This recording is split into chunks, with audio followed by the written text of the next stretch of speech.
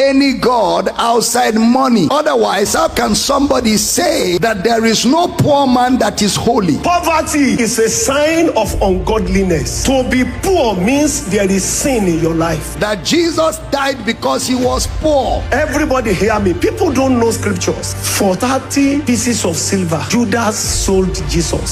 So money problem led Christ to the cross. That is an insult to the work of redemption. That is a total assault on the gospel. Whoever is a spiritual father of such pastors needs to cover his face in shame. While I was still with my dad, Bishop David Oyedepo, January 2004, I paid the first fruit. Well, I don't blame them. Some of them, the father is as bad as the son. And those useless Supreme Council of hypocrites will not call such a person out because they are members of that cabal where money is their God. 36:11. If they obey and serve him, they will spend their days in prosperity and their years in pleasure. It is written here, if you obey and serve God, you will prosper. You will prosper. You will prosper. So poverty is a sign of ungodliness. To be poor means there is sin in your life. Unfortunately, people think it is those that are rich that have sin in their life. Never trust the holiness of a poor man. So when we say church, the word church is equally a codified language. So don't impose today's meaning on church because you do not determine the meaning of the text. Do not impose today's understanding on the word church because you do not determine the meaning of a text. It is the author that determines the meaning of the text. That's why in Bible teaching we say there's what we call the law of first mention, where a word first appears carrying with it the original flavor of that word. Then we also said that the author, by his use of words, now delegates his authority to the text. The author, by his use of words, now delegates his authority to the text. Now, you must read the text and understand the text. You must read the text and understand the text, and not impose your thinking on the text. You must read the text, you must understand the text, and not impose your thinking on the text, or impose your thinking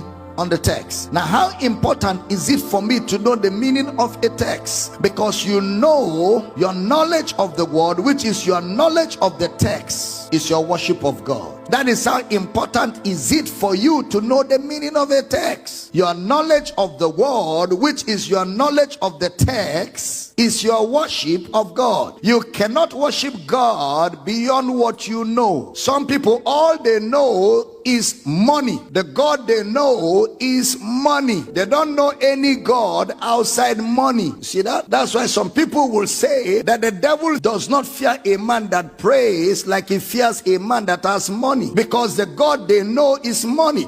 Bible says whose God is their stomach. Bible says you cannot serve God and mammon. So you're either serving God or you're serving mammon. Some people, their God is money. They don't see God beyond money. Filthy lucre. Otherwise, how can somebody say that you cannot be claimed to be righteous if you're poor? That there is no poor man that is holy. That there is no poor man that is holy. So holiness is synonymous with money. In fact, somebody sent me a video where a preacher in this country said that if Jesus was rich, he wouldn't have died.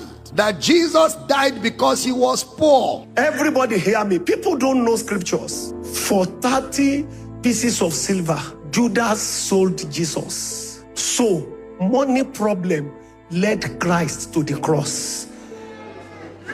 Poverty in the life of one of his disciples is the reason why they nailed him. That is an insult to the work of redemption. That is a total assault on the gospel. And those useless Supreme Council of hypocrites will not call such a person out because they are members of that cabal where money is their God. When people like us preach Christ, they attack us because they are far from Christ, whose God is their stomach. How can somebody say that Jesus died because he didn't have money? That they used 30 pieces of silver to kill him? That if he was rich, it wouldn't have succeeded. Everybody, let me say this. You will never see somebody betray you that money is not in their hearts. Never. They may not agree, they may not say it, but I'm telling you, there is always 30 pieces of silver.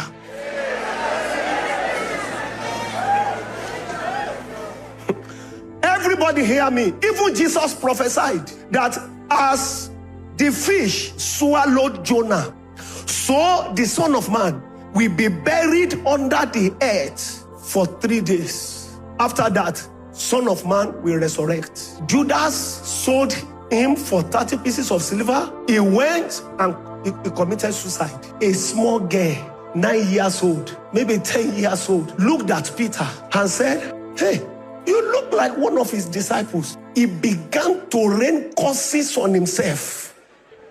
It won't be better for me if I know him. May I die? I don't know him from anywhere. I've never. This girl, did they send you to me? You are a demon. I don't know him. Bartholomew, all the other disciples, nobody can come out. It was gloomy. It was total darkness. They crucified him and left him there on the cross, and they can't resurrect there. Then a billionaire, Joseph of Arimathea, a billionaire that can talk the language of the king. He walked into Pilate's palace and demanded for the body of Christ. There are scriptural prophecies, only rich people can fulfill it.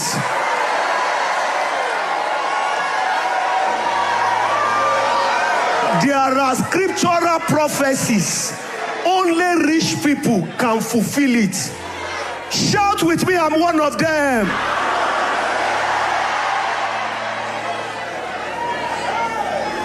All you need to come out then is to say you know Jesus. They will just kill you. Joseph of Arimathea walked into Pilate, a billionaire of note, and said to him, I'm one of his disciples. Pilate, you mean you are one of his disciples? Yes, I'm one of his secret disciples. Then you're supposed to have come to let me know. Otherwise, we will not have killed him. I don't know that people like you relate with him. I didn't know. I thought all those riffraff that follow him around. What do you want? I want his body. Even that body must be put in a billionaire's tomb, specially prepared. I can see, what are people talking about?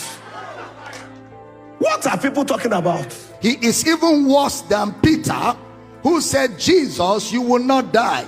And Jesus said, get thee behind me, Satan, because you are an offense to the things of God. You savour not the things that be of God. So Jesus came to the earth not to die, or what? And that is a message in an entire convention, global convention, that if Jesus had money, that when Joseph of Arimathea showed up, who was a billionaire, he told Herod, I know that guy is my guy. Herod said, oh, we didn't know you know him, we wouldn't have killed him. Anyway, we are sorry for killing him, you can have his body. That it took a millionaire to just collect the body and bury it. These people, I don't know whether they even read Bible, or they just read village parables or village tales by moonlight. Jesus came to the earth to die. Ought not Christ, oh fools, oh zoomy, oh fools, slow of heart to believe all that the prophets have spoken. Ought not Christ to have suffered these things and to enter into his glory? Jesus said, the poor you will always have. The poor you will always have. January 2004, I began the mystery of the first fruit. While I was still with my dad, Bishop David Oyedepo, January 2004, I paid the first fruit. That was how I walked out of salary for life, even when I was still in a paid job. Being a pastor in Winners, by the mystery of the first fruit, I wore out totally I gave my January salary, 2004, to my dad, Bishop Korede, and then February, March, first 3 months of 2004. I don't need salary again the rest of my life. I said to somebody this year, 2025, you will taste financial dominion. Somebody, this is the year you will break the backbone of that poverty. You will destroy that poverty completely in your life. I'm sure they have not read in the book of Revelation where Jesus spoke to them through the angel and said, because you thought you are rich, because you thought you've acquired things, he said, but you don't know that you are naked, you are wretched, you are poor, you are blind. He said, because you thought you have acquired material things, you've acquired all kinds of cars, all kinds of money, you have lied to God's people, emptied their pocket, collected all their monies, and used it to build a luxurious life for yourself at the expense of their own living. You do not know that you are wretched, you are poor, you are blind. Revelation 3:17, because thou sayest, I am rich and increase with goods, and have need of nothing, and thou knowest not that thou art wretched and miserable and poor and blind and naked.